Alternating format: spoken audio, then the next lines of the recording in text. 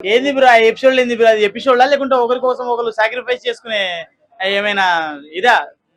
ఆ ఏంది bro give up ఇచ్చేసాను బ్రో గేమ్ ఆడకుండా. ఆ తర్వాత పవన్ ని హక్ చేసుకుని ఏడవడం ఏంది రితు? అక్కడ నుంచి వెళ్ళి పవన్ కి ఇంకో పవన్ కి ముద్దలు తినిపించడం ఏంది? అసలు ఏం జరుగుతుంది బిగ్ బాస్ హౌస్ లో అర్థం అవ్వడం లేదు.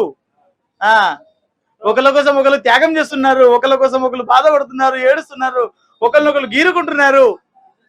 సుమన్ శెట్టి గారు అలా కొట్టడం ఎలా? అసలు అది కొట్టడమా బ్రో? దాన్ని కొట్టడం అంటారా? ఒకరికొకరు కింద పడేసి పీకలు పిసుకుతుంటే మాత్రం అది డిఫెండ్ చేసుకోవడం అంట. ఆ గల్లని బట్టి ఏమంటారు జస్ట్ ఆ షర్ట్ ని బట్టి ఇట్లా గుంజితే ఆ షర్ట్ ని కొట్టి విడిపించడం మాత్రం అది కొట్టడం. దాన్ని కొట్టడం అంటారా అసలు? దానికోసమే శ్రీజ తీసేసింది కదా. శ్రీజ గారు తీసేసింది ఆయన్ని, ప్రియా.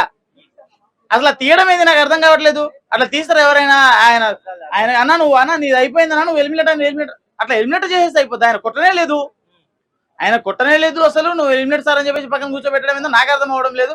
ఆ తర్వాత మరి ఆ బాక్సర్లు అవి ఉన్నాయి కదా, ఆ బుట్టలు, ఆ బొచ్చలు, ఆ బుట్టల మీద పడి ఏడ్చి పడి దొరికినప్పుడు మాత్రం ఎవరిని కొట్టుకోలేదు, ఎవరిని తిట్టుకోలేదు. ఎవరైనా మాట్లాడితే ఆమె పేరేంది రితు చౌదరి, నీతో అవసరం లేదు, నువ్వు పక్కన జరుగు అని చెప్పి తీసి